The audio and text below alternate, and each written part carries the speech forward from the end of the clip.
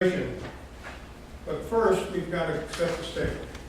Immigration, refugee resettlement means nothing to any of us unless we put it in the context of how serious this problem is going to be for us. And that's what I hope to do tonight in the brief period of time that I have with you. Now, there will be a homework assignment at the end. So take something out to write with.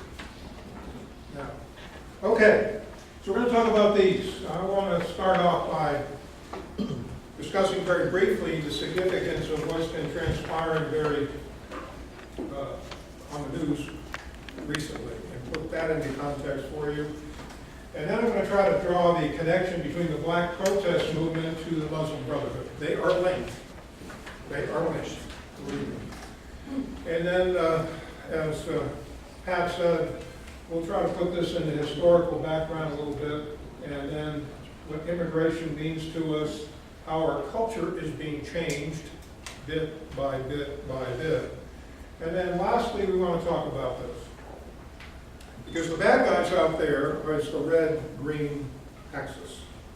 The Islamists and the far left. And they are in bed together, believe me, and they are working very hard to change our culture as you and I know it. So, we know about the attacks. They've been horrific, if you will. And ever since the Paris attack on November 13th, ISIS has been telling the world, we can attack you anytime, any place, there's absolutely nothing you can do about it. It's a breakaway movement out of the Middle East worldwide. It's a global movement. What's happening in Europe right now, consider it happening here and vice versa. What's happening there can happen here. What's happening here will happen there. As I tell my law enforcement students when I give this class to police officers, we need to start preparing now for multiple simultaneous attacks at the same time within our jurisdiction or within adjacent jurisdictions. Just think what that would mean for us if it ever happened here. We've been very fortunate that has not happened yet, but it's happened in Europe on several occasions, in Paris and Brussels, and all we have to do is hold our breath, and it will happen here. And then we have the Nice attack, certainly. Some 86 people died. So taking away our guns won't stop this. They'll have to take away our trucks and our cars. You know what happened at Nice and how it was happened. And finally, the perpetrator from Tunisia, was shot and killed during the course of that event. Now, all of these attacks have one thing in common. They do it when our guard is down, when we are recreating, trying to enjoy ourselves. Stop and think about it. Every single one of these attacks has occurred under those circumstances. San Bernardino happened during a Christmas party. Just a lovely couple, wasn't it? How could they do such a thing? That's what people asked. How could they do such a thing? They got along with everybody. In fact, the co-workers that they worked with gave them a shower just days before this event, and yet we know what occurred. We know what occurred there. 14 people murdered. 14 people murdered as they were having a Christmas party. Orlando, another lovely couple, isn't it? Another lovely couple. And what did Omar Mateen do? He killed 49. 49 people out on a Saturday night just trying to enjoy themselves. At the time that the bar was closing, when people were coming out, he went in and attacked. Well, this was not the first time that homosexuals have been targeted purposely. Seattle had 2 such attacks in 2014 when Islamists targeted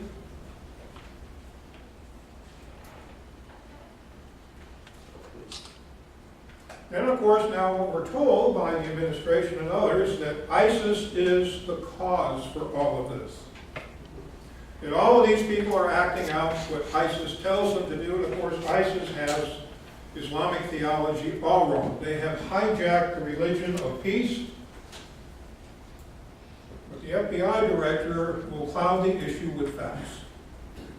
San Bernardino attack, and that's what he was talking about here.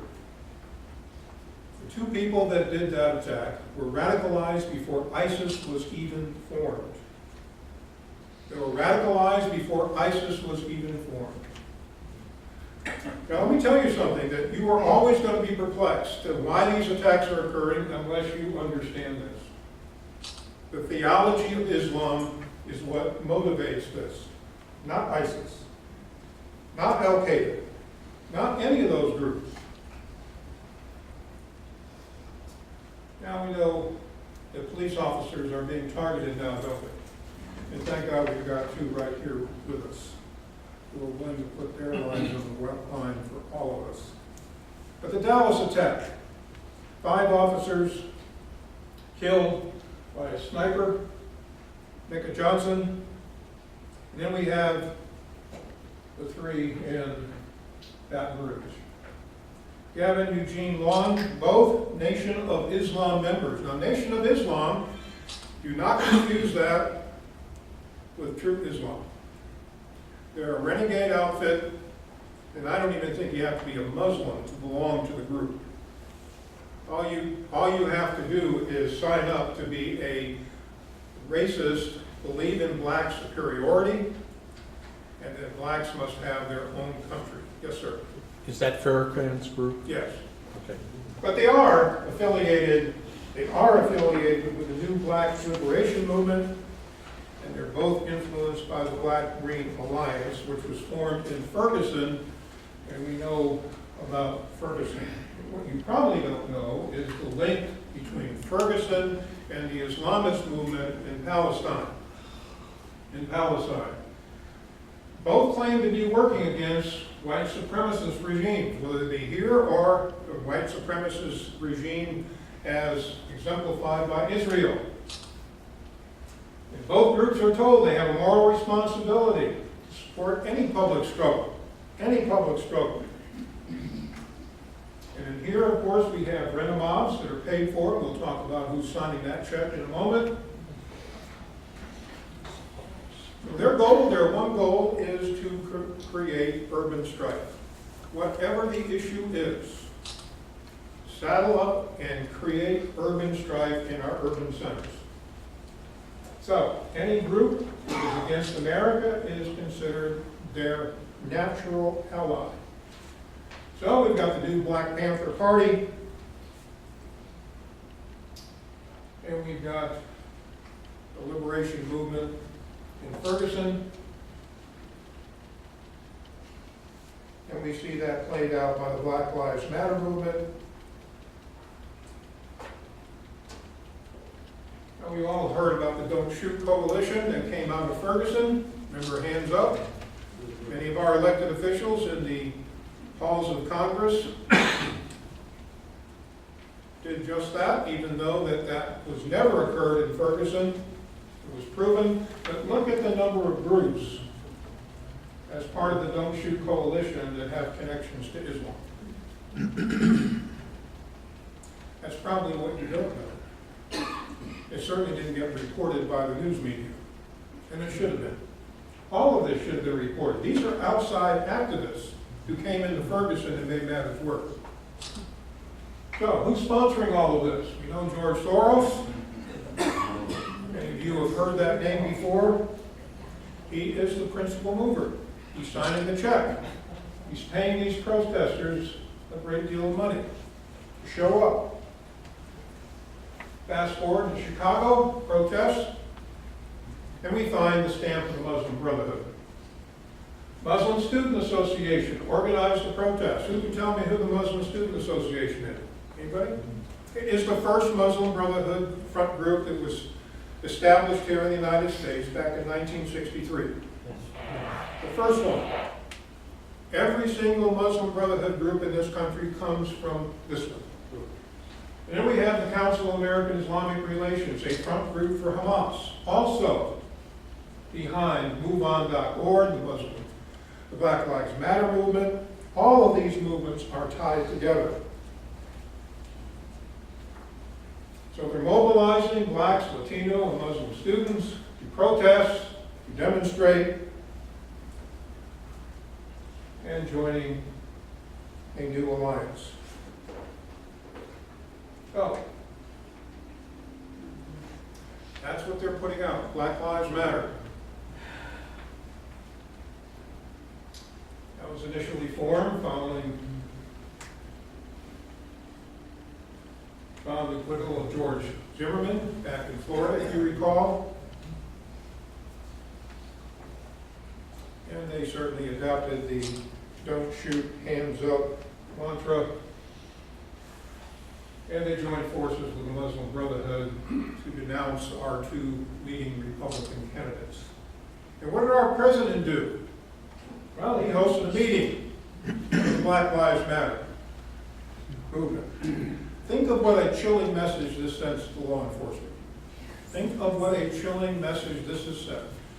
The script was written right here. And now we wonder, while we have incidents like Dallas and Baton Rouge, and we're going to have more. We will have more, unfortunately. And here the seeds were planted because the president gave his stamp of approval, and to his left is one of the leaders of the Black Lives Matter movement. Her name is Brittany Picknett. And we know who's sitting on the far left, our Attorney General. You can tell me who she is. Valerie Jarrett, right? And right down next to her is who's he? From the state of Georgia, right? Yeah. From the state of Georgia. So, the link. The new director, or the present director of the Council of American Islamic Relations. Remember, it's a front group for Hamas. Black Lives Matter is our matter. It's our program. It's our campaign. And a female advocate for Black Lives Matter also saying the same thing. So last year, a contingent of members of the Black Lives Matter movement go to Palestine, the West Bank, and Gaza, to see firsthand how they can come together. So the movement, all connected. Now I'm going to introduce a new term for you tonight. Intersectionality. How many of you heard it? Good. I'm going to teach you something here. Intersectionality is a new left term, victory over white power structure. It requires coalition building and uniting all fringe radical groups together and encouraging direct action through over-the-top demonstrations and social unrest. That's what that term means. Well, before we get too much further, let's do a little history lesson here. In my previous visits, I've shown you this information, but let me just refresh your memory of what this all means. Islam started in 610. When Muhammad started receiving revelations from the angel Gabriel as he was out sleeping in a cave. And notice that the first 86 of the 114 chapters in the Quran, the information found there are peaceful verses. This is when he was just starting off, when he didn't have much of a following. He certainly didn't have an army. He couldn't resist people in Mecca, and that's where he was when he was receiving these verses. And Mecca had groups of people of Christian, Jewish, and pagan tribes. So they all have their gods. That was all settled. So Muhammad comes along and he says, I've got a new way for you, follow me. And of course, they didn't want to follow him. They resisted him. But he was peaceful up until 622. 622, things changed. This is when Islam took on its true nature. This is when the nature of the verses changed from peaceful to violent. Peaceful to violent. This is when the first jihad took place, when Muhammad conquered what we know of today as the Arabian Peninsula. He took it by force. He raised an army and they conquered the Arabian Peninsula. Now, if you know anything about Islam, Islam is a perfect religion when it was revealed, and there are no contradictions in Islam. Major contradiction here, isn't it? What is a good Muslim to do? Follow the peaceful verses or follow the violent ones? What takes precedence? Or can we hunt and peck? No, can't do that. They have a doctrine called abrogation. Verses received later. Abrogate, make null and void the first verses. In other words, Allah reserves the ability to change his mind, to give Muslims something better than what he originally gave them when they were not ready to be violent. So, what could we take a look and see what maybe his final words were to Muslims? Well, let's take a look at chapter 9. Chapter 9 is a war chapter. If you're ever going to read the Quran, start with chapter 9. Now, the Quran is not organized chronologically, it's organized by size of chapters. Chapter 9 is a very large chapter there, thus it appears at the first part of the Quran. It is the last chapter revealed to Muhammad. So we would expect everything else that appeared before it was abrogated, right? So this is his final word. His final word. It's an ultimatum. It's an ultimatum. Now what does that mean to us? Well, they have a very dualistic or two-dimensional worldviews. Either you're in the house of Islam, where Islam reigns supreme, or you're in what they call the Dar el-Harb, or the house of war, where you're in a state of rebellion. That's us. We're in a state of rebellion. All Western countries are in a state of rebellion. So we being in rebellion. So how do they treat us? Well, they give us three choices. We can convert, we can submit, or we can die. That's it. Three choices. Convert, submit, or be conquered.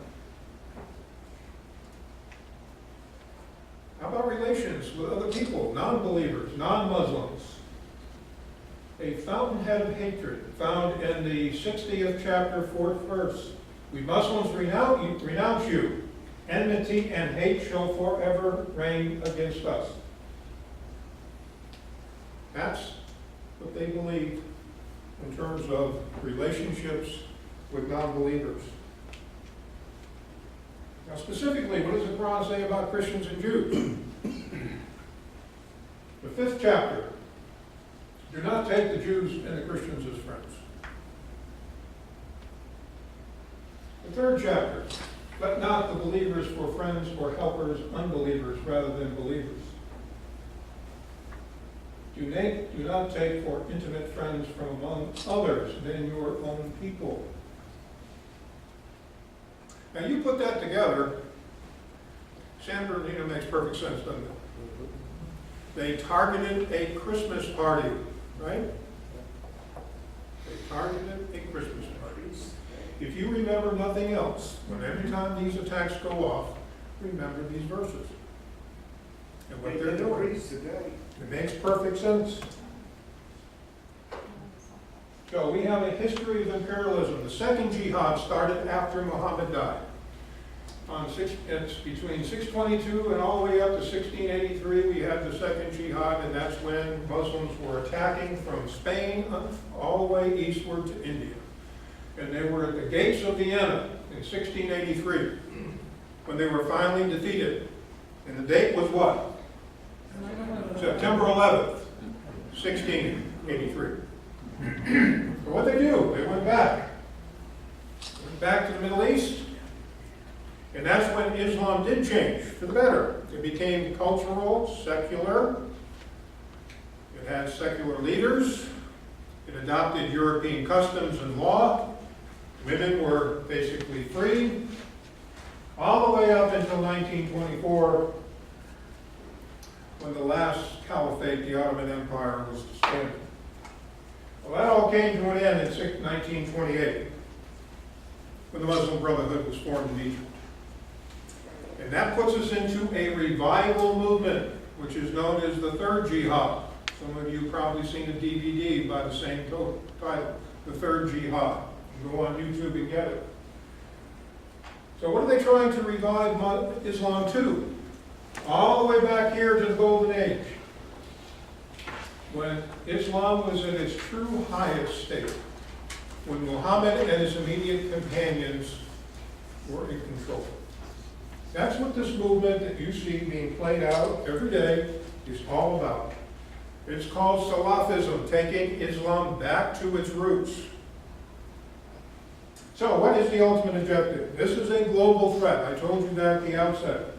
They don't care too much about converts. If they get converts, that's fine. This is it right here. To establish their God's authority on earth, finally. To make it happen. To arrange all human affairs according to the true guidance provided by God. And where do we find that? In the Quran, under Sharia law. To abolish all satanic forces. What's a satanic force? Other religions, other governments. They stand in the way. Other military forces. And you see that being played out. To end the lordship of one man over another. In other words, one man's laws over another. End it. There's only one law that you find that in the Quran. Then there will be peace and justice. Doesn't say anything about coexistence, does it? Nothing about it. Yes, sir. I have a question, a disagreement actually.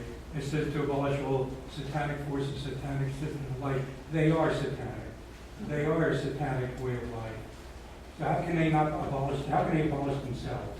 I'm telling you what they view us. We represent a threat to them. They don't see themselves.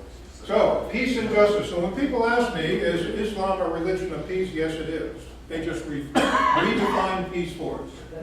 Once Sharia law is established, then peace and justice will prevail.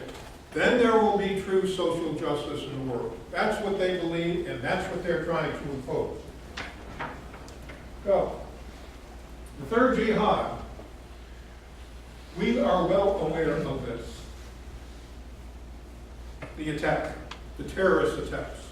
We see it played out more and more and more frequently, don't we? What we're not aware of is this.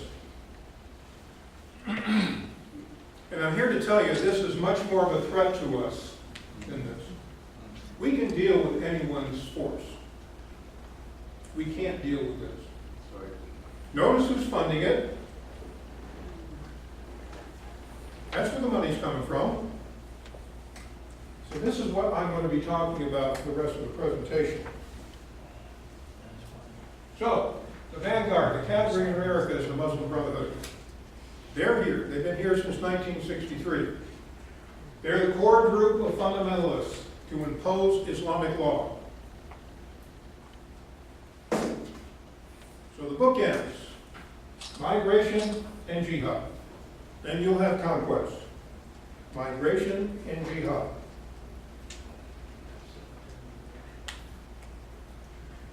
Now, they have declared war on us. The Muslim Brotherhood and all of these terrorist groups have declared war on us. And we refuse to understand that, or our elected officials do. Just take a look what the Muslim Brotherhood wrote in this document. It appeared in a federal court case in 2009. The Brotherhood must understand that their work in America is a grand jihad in destroying Western civilization from within to sabotage its miserable house by their own hands. And when they say that term, what do they mean? Us. Us. We're going to help them. And the hands of believers, in other words, Muslims, Islamic followers, members of the Brotherhood. At least you get the message there. There it is. They're trying to eliminate the United States of America. They're at war with us. And they go on to tell their own followers, unless you understand this, you're not up for the task. So, let's talk about refugee resettlement. Now you have the context to understand this. Refugee resettlement. As the Muslim population grows, levels of Sharia compliance start to become more evident. As levels of Sharia compliance become more evident, what happens? Demands for concessions will increase. And as that happens, Muslim empowerment expands to change the culture. We all know how you can boil a frog, right? And you won't even know it. Bit by bit by bit. That's the key. That's the key. And that's called settlement. Settlement, to integrate this into our culture. So, the subcontractors pushing for refugee resettlement. A lot of money here. Just follow the money. And a lot of these organizations that are promoting refugee resettlement are affiliated with the Christian church. Just look at the amounts of money that is involved. There are 9 of them, 9 subcontractors.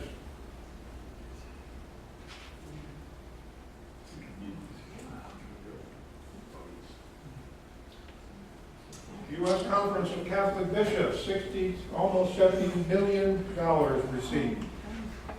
A lot of money. More money.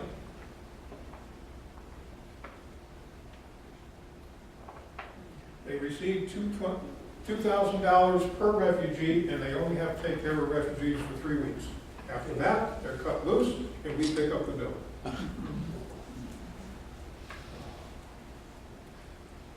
Lutheran Refugee Services urging its members, its followers, to stop congressional action to limit refugee resettlement.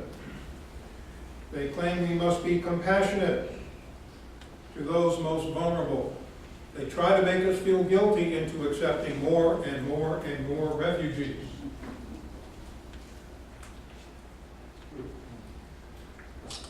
Total spent since 2012 of our money. And I hate to tell you this, folks, but refugee resettlement in the last bill before Congress was fully funded by the Republican-led House of Representatives. Fully funded. And our So congressman voted for it. So you can't blame Barack Obama for this. It's a two-headed snake up there. 40% of refugees here are Muslim. Now, I don't know about you at night. I lock my doors because of the people inside. Not because I hate outsiders, because I love insiders. We have every right to control our borders. Every right to control our borders. Somali refugees, 700 a month. 700 a month. 115,000 since 1992. None of them can be vetted. None. St. Cloud, Minnesota, residents have had enough, trying to fight back. Now let's talk a little bit how this comes about, how it's pulled off. We have to look at the Twin Falls, Idaho. That is the world's largest yogurt plant. Kabani yogurt is produced there. The mayor of Twin Falls, Mayor Sean Barriger, also serves as the head of the local Chamber of Commerce. He lobbied very strenuously to get that plant built there. The owner of the plant, founder Hamadi Bukaye from Turkey, he agreed to locate the plant there. What's he need to operate it? Cheap labor. Cheap labor. That's why refugees are being brought here. Promoted by the Chamber of Commerce, promoted by the Republican Party to get cheap labor here. So the Republican Party gets cheap labor and the Democratic Party gets votes. That's how it happens. That's how it happens. Now I know you can't read all of those numbers, but these are the numbers of Syrian refugees coming to different states. This year, all those figures total up to 6,227. The goal is 10,000 by the end of September. Georgia's getting 209, North Carolina 298, Tennessee 93, South Carolina 24, Florida 301. How come Bernie's not getting any number one? I wonder. And what does the head of our CIA say? They cannot be vetted. They're being infiltrated. He's a Muslim. Terrorists are being infiltrated. How do we know? They told us. They told us they're going to do it. So what's the ticking time bomb? He's a Muslim. Well, if you look at Europe, 60% of the Syrian refugees are young men. Late teens, early 20s, not families, not mothers, not children, young men. Now, what do you think the problem is when you introduce a bunch of young men, hormones raging, and they see all these beautiful young Western women? What do you think is going to happen? Well, it happened on New Year's Eve. Thousands and thousands of West European women raped and sexually assaulted throughout Germany, all covered up by the local media. And you didn't read too much about it in our media, did you? Probably didn't read anything about it. It's a disgrace. But the Europeans have known about this for a long time. Oslo, 90% of rapes in Oslo, Norway are committed by Muslims. Sweden is now the rape capital of the world. England, child rape, molestations, 95%. 95%. Sir, can we hold the question just until we get through this, please? Or I won't make it. So now they're trying to educate Muslim men. When you see women dressed like this, it doesn't mean they're asking for it. In Norway, they're giving classes to young Muslim men. Women like this are not asking for it, but nonetheless, they're being attacked. Women are being attacked, out, just enjoying themselves as they always have, except now they have to contend with the refugees. If you look closely, you'll see a group of refugees right here raping and sexually assaulting this woman over here that's being consoled by law enforcement. It's a new rape game. It's a new rape game.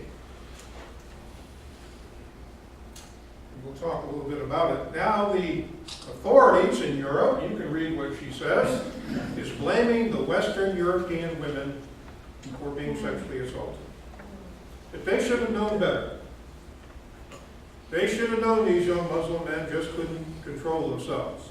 So they should have dressed less provocatively, should not have gone out by themselves unescorted. The young Muslim or Western women must change. Not the men, but the women. So jihad rape. Some of you may have heard of Laura Logan from 60 Minutes. She was one of 80 women sexually assaulted and raped in public when the Muslim Brotherhood took over Egypt. So the new rape game, public rape, committed by several Muslim men who isolate women in public and then sexually assault and rape her. And when they're all done, they rob her. So Tarish, public attacks of women. That's what it is. And that's what happened in Cologne, Germany, and other cities on New Year's Eve. Poland, Eastern European countries don't have this problem because they're not allowing refugees in, but they're warning their women to watch out. On the high seas, earlier this year, 1,700 Swedish school children on a cruise, and one female student was gang raped by Muslim students. Now, I don't know if this was just a ruse or not, but it might as well, because that's what they're doing, is welcoming the rapists. This is not recently appeared. Finally, some German authorities are acknowledging, and Swedish authorities, what's happening to small children in swimming pools. Every day I find out how many more children, both boys and girls, throughout Germany and other countries are being sexually assaulted. Even in Idaho Falls. And how about here? How about here? Let's talk a little bit about what's transpiring here. Recently, the police commissioner in New York City warned women not to get in taxi cabs at night alone because they're vulnerable to rape. They're vulnerable to rape by Muslim cab drivers.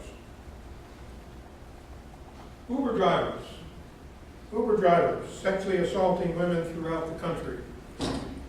Michigan State University, New Haven, Connecticut, the University of North Florida, Dallas, Texas, Philadelphia, St. Paul, the list goes on. Al-Shabaab gangs were operating here for 10 years. Throughout Minnesota, Tennessee, Michigan, and Ohio, and just 2 years ago they were taken out, finally arrested. The sheriff there, before I get to him, on April 16th, 5 Somali men assault a lone woman in Minneapolis.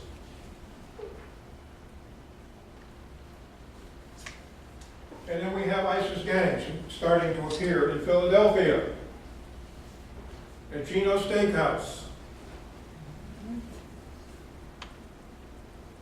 ISIS gang members attacking people just having fun, enjoying themselves.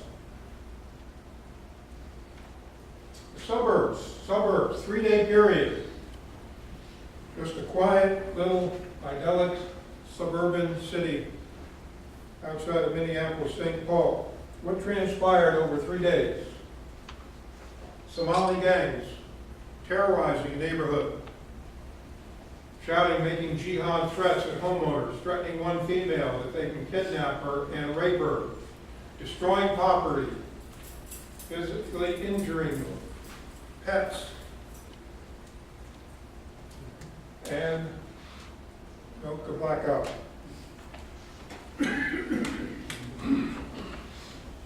Just down the road, outside near where I live, in Lawrenceville, outside of Atlanta, on May 31st, a burqa-clad woman from Somalia attacked a mother and daughter as they were trying to get ready for the 4th of July weekend by taking the American flag in their front yard and attacking the mother with it. Remember Twin Falls, Minnesota, where the Kobani plant is located. 3 Iraqi and Sudanese refugee juveniles attacking a 5-year-old special needs child, sexually assaulting the child. All confirmed by the local prosecutor. And one more example. And then we enter in the U.S. Attorney, Justice Department official telling locals, you better keep quiet about this or I'm going to use federal law to bring charges against you if you disparage the attackers anymore. Lowell, Massachusetts. This refugee was only in the United States for 2 months before he attacked. So what is the real ticking time bomb when we talk about refugees? Is it the first generation, the first wave? No, it's the second and third generation. And they start to have issues of where they belong. Don't forget, they're raised in a very traditional culture, and now we bring them here into our decadent culture where anything goes, and many of them feel trapped and revert back to Islam, the true Islam. True Islam.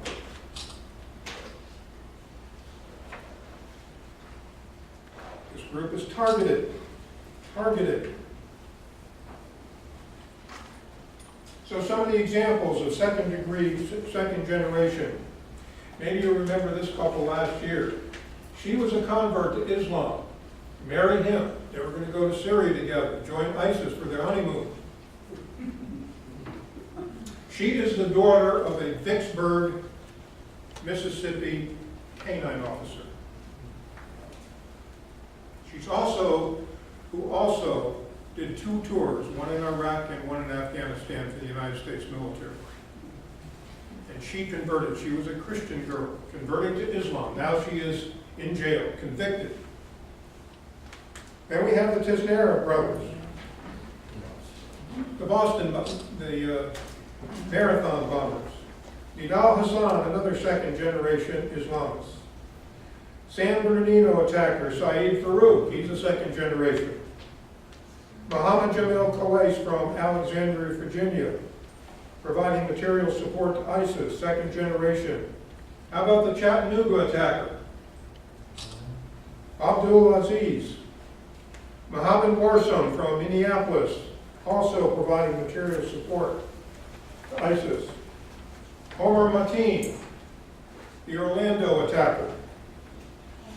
Nadir Sufi, who attacked the Garland, Texas, Draw the Muhammad contest. Munther Amar Salih, Queens, New York, providing material support, a second-generation Muslim. And then lastly but not least, Toda Bethuna from Hoover, Alabama, a second-generation Muslim. The true ticking time bomb is not the first group. It's what comes later. What can Europe tell us about this? That they are more and more violent. 5 times more violent than local non-Muslim youth. 5 times.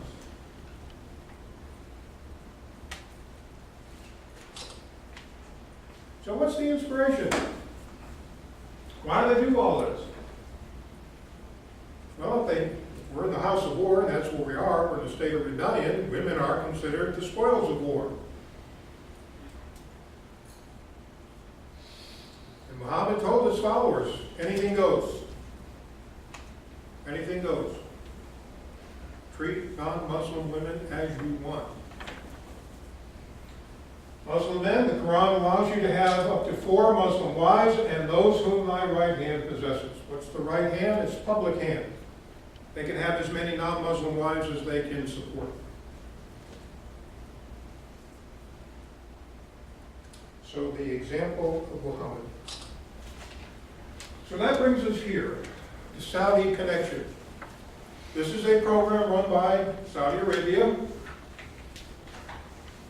It's their foreign policy to spread Islam in non-Muslim lands and to establish Sharia law in our modern times.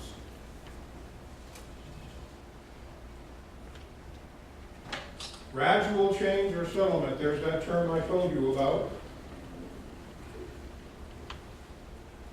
So their program agenda.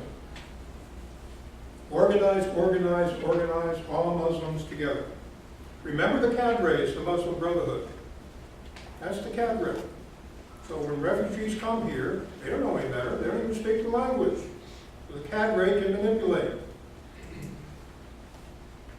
Prevent assimilation. They're told not to do it. It is a crime against humanity to get into our decadent culture, to become integrated.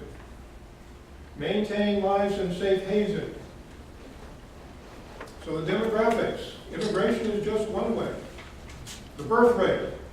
Targeting non-Muslim women for marriage. To convert to Islam. Do you know that the majority of women, or the majority of converts to Islam, both in England and the United States, are women?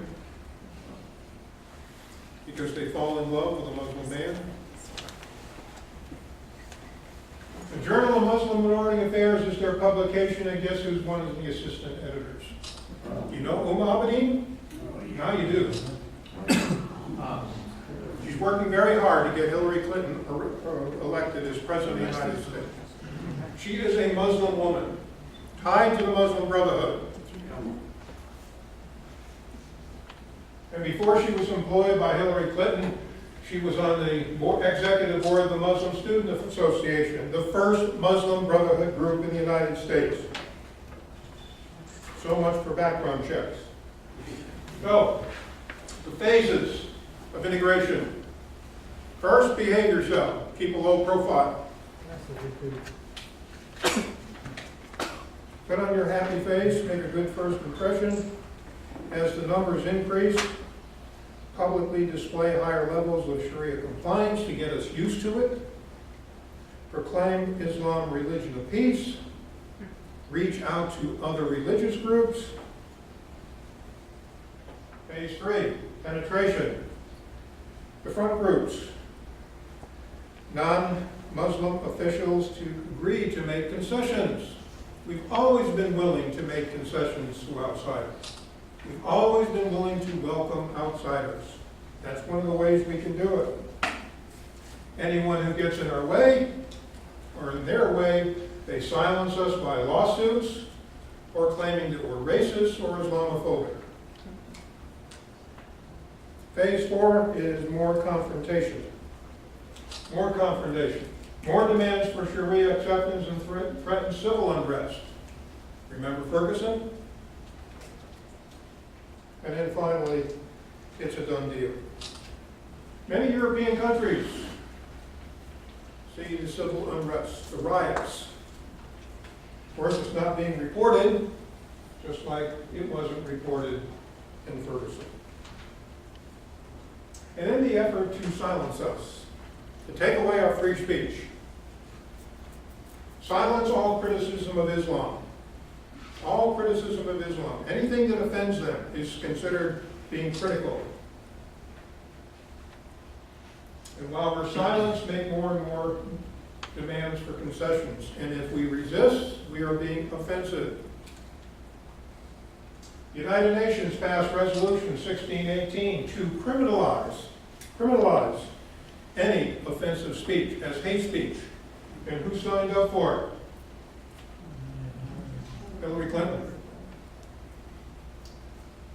And I dare say it hasn't made any bit of difference in this presidential campaign, has it? What difference? And then there's our U.S. Attorney General. On December 3rd of last year, what did she say? She sees an increase in rhetoric against Muslims. After all the attacks here, San Bernardino,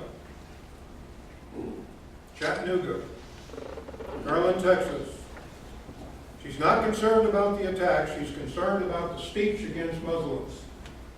She goes on record, when we see that, we will take action. She's trying to intimidate us into silence. Into silence.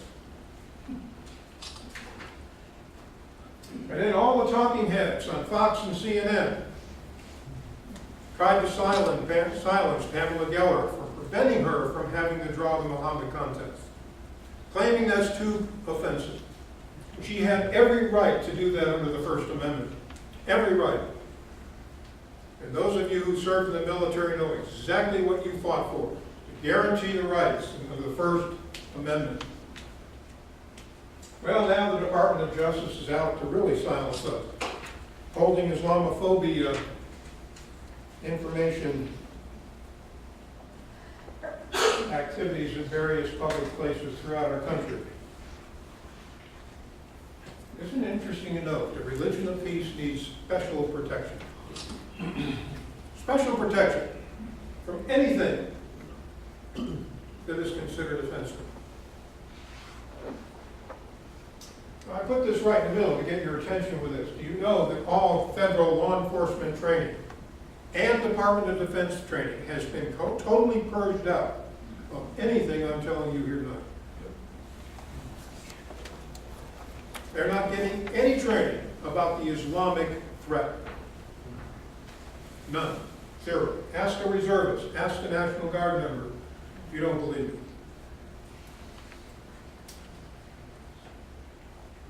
Isn't it interesting? They are attacking the First Amendment, and every time there's an attack, they blame it on guns, don't they? And now they're going to come out for the Second Amendment. They know that these two amendments here, if they get us on those two, our country is gone. Muslim privilege. So, change, society, gradually. 4 phases. Let me show you some images of how this happens. degrees of Sharia compliance as, what's wrong with that? Just an expression of religious faith, right? In fact, we're going to make it mainstream. We're going to glamorize it. And before long, we've got this, that women are totally subjugated, totally have lost their identity in public. How about this? Mosque construction. Well, we'll start off in a vacant strip mall. It's abandoned. No problem there. And we'll go to something a little bit more noticeable. Sharia compliance is elevating now. We get used to it. Before, you end up with something like this. It's just about 10 miles south of where I live. The brand new Islamic Center of Alpharetta, Georgia. Or something like this in New England, in Boston. Or in Murfreesboro, a rural town in Tennessee, where there are very few Muslims living. They target these locations. 80% of the mosques in this country are funded by Saudi Arabia. And they get to tell the imams what to preach. Wahhabism, a very strict fundamentalist brand of Islam. And how about prayer? Prayer. Praying on the back of a cab? Well, maybe it's just a small group in a park. And then slowly we see something like this. It's all public. It's all public. All public. And then they make special demands to have special swimming periods just for Muslim women at our public swimming pools. And how about foot baths? They've got to properly prepare before they pray. We don't want this to happen in our public schools. So maybe, like at the University of Georgia, we have one foot bath, or maybe a little bit something more elaborate at Orlando International Airport, where they pay $250,000 for a special room for Muslims. So slowly, pressure is increased through accommodation. More examples of this, of the conversion of public space into Muslim space. Prayer at International Cathedral turned into a mosque. The capital of Oklahoma turned into a mosque.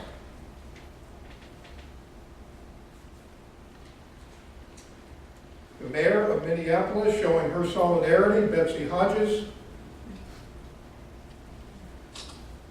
And we start seeing it bit by bit becoming more and more accepted into our culture. And then we have a North Kansas City High School counselor, Martha DeVeries. She wears the veil every Monday to show her support. I'm sure she's well-intentioned. Missouri approves of jihad license plates.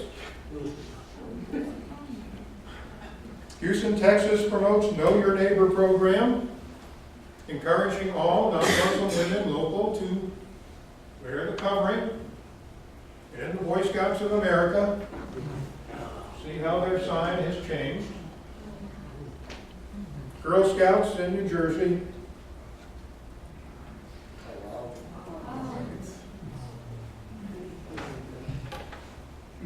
Now think about this. This is the first time. We've had plenty of immigrants come to this country over our centuries, haven't we? In fact, every one of us here can probably paint their historical roots to immigrants, right? First time that a group of people are coming to this country with the sole intent to change us. Think about that. Everybody else wanted to assimilate because we were something special. Now they want to change us through this. This is what's playing out for the first time in our history. Well, we're told, if you see something, say something. Isn't that what we're told? Yeah. See something suspicious? Well, let's talk about a school teacher that saw something suspicious. So CNN talked about it, said this poor little Muslim teen, Ahmed Mohammed, creates a clock, shows teachers, and he gets arrested for it. Well, here's the clock. That's the clock. Does anyone see a timepiece there? bunch of wires. What would you expect a teacher to do? And she did. Well, he got a little mouthy with her. She called the police. They took him in, and he made sure everyone could see there are the handcuffs. Poor little Muslim boy being harassed. Another example of racism. And then we have this. Stand with Ahmad. Poor boy was being harassed. Invited to the White House. Time magazine honors him. It's all designed to intimidate us not to say something when it comes to Muslims. Now, school starts soon. So I show you this to show you how far it's gotten into our local schools. All of you have grandchildren, some of you have children in our schools. Homework assignment over the summer months. Pretend you're a Muslim. Write 3 paragraphs about it. Union Grove High School in Wisconsin. It's a 10th grade world history assignment. Pretend you're a Muslim. 7th grade students in Murray County, Tennessee, instructed to write, Allah is the only God in Arabic. Translating, practicing calligraphy by copying Arabic Shahada symbol in Virginia. Hennepin School District near Minneapolis, students sing Allah Akbar at a Christmas concert. 9th graders at Salem Junior High School in Utah told to make propaganda poster for terrorist groups. Imagine that. Imagine that. Students told to do that. Not by Muslim teachers. Think about it.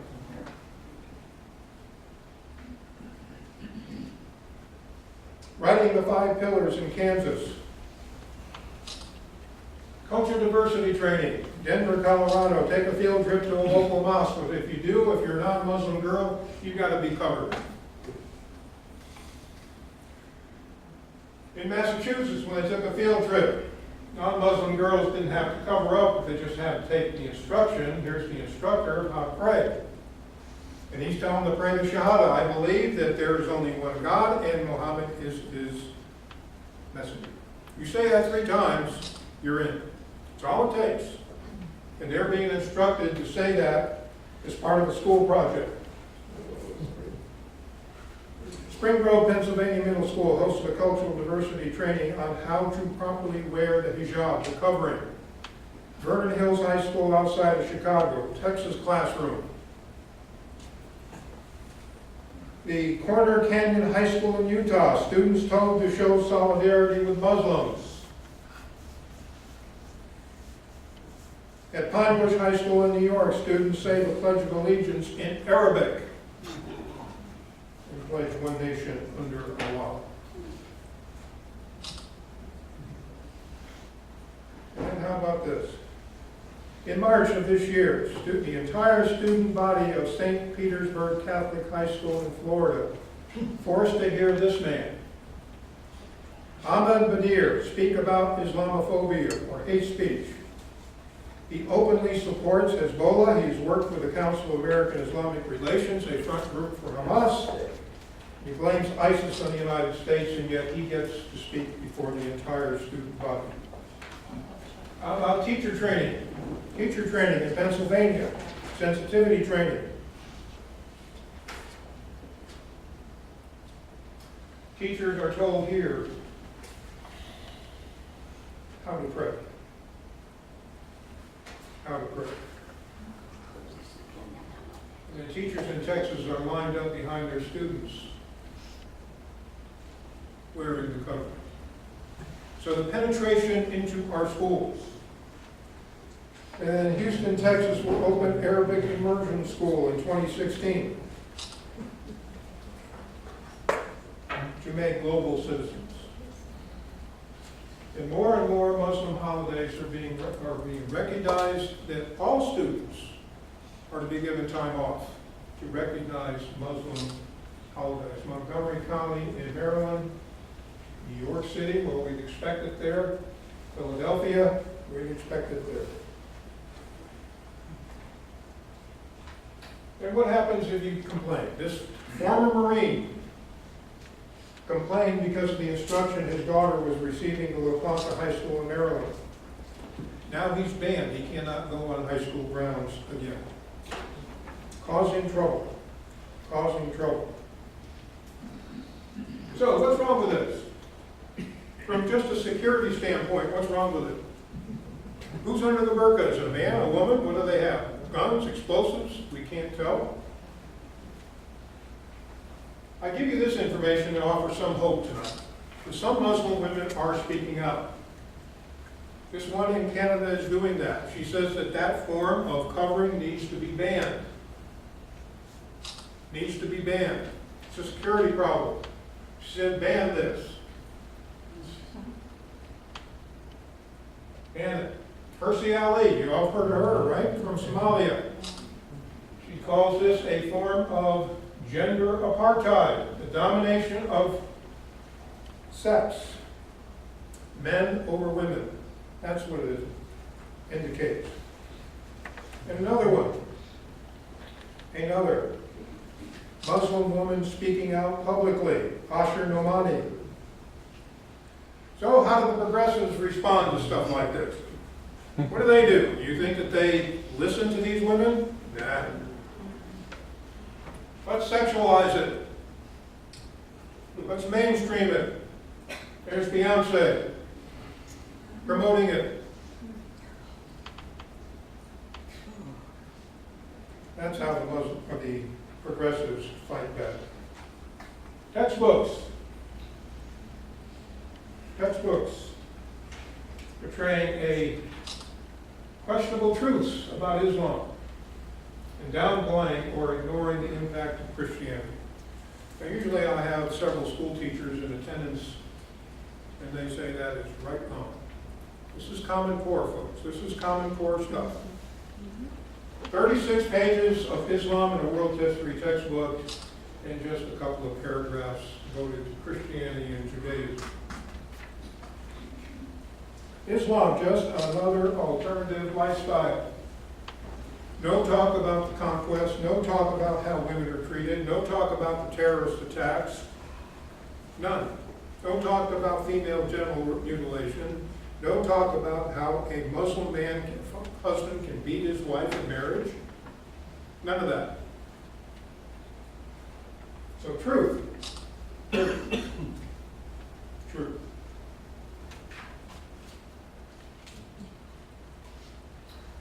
Some of the most popular textbooks. All vetted by a Muslim Brotherhood front group in California. That's how it happens. So, our public officials, God bless them, how are they influenced? Money. Money. They have a program to reconcile hearts and minds. Providing money, bribes, gifts, favors to elected officials. Alms for those whose hearts are to be reconciled or changed. It's money. Payoff. Promoting favorable opinions and silencing opposition to Islam. Providing political support. And we are talking a lot of money. A lot of money. You can tell me where that is. White House. Muslim Brotherhood supports a day at the U.S. Capitol on April 18th under the banner of U.S. Council of Muslim Organizations to influence our elected officials. Saudi money for senior U.S. officials. Every one of them is getting millions. The Clinton Foundation. Money from Saudi Arabia, up to 25 million, UAE, United Arab Emirates, up to 5, Qatar, up to 5 million, Kuwait, 10, Oman, 5, Iran, 100 million. And how about John McCain? Yeah, he's in on it too. 1 billion. 1.5 billion with a B to the Bush family. And I just found out today How about Hillary Clinton's pick for Vice President Tim Kaine? Muslim Brotherhood entity has laundered $43,000 to Kaine's gubernatorial campaign between 2003 and 2005. So the bookends, again, of the pilgrimage or immigration and jihad. Just one more bit that I want to cover tonight, and we can open it up, and I know it's getting late, but I want to show you this first.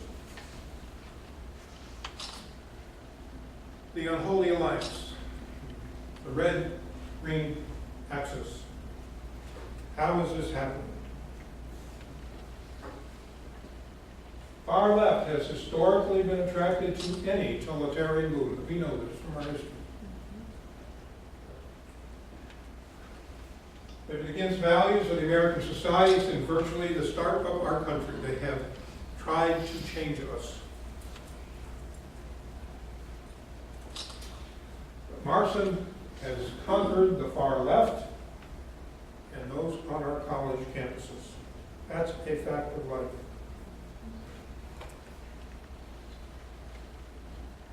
So the enemy of my enemy is my friend. It is a marriage of convenience. Their core beliefs, centralized control, whether it be under Sharia law or United Nations,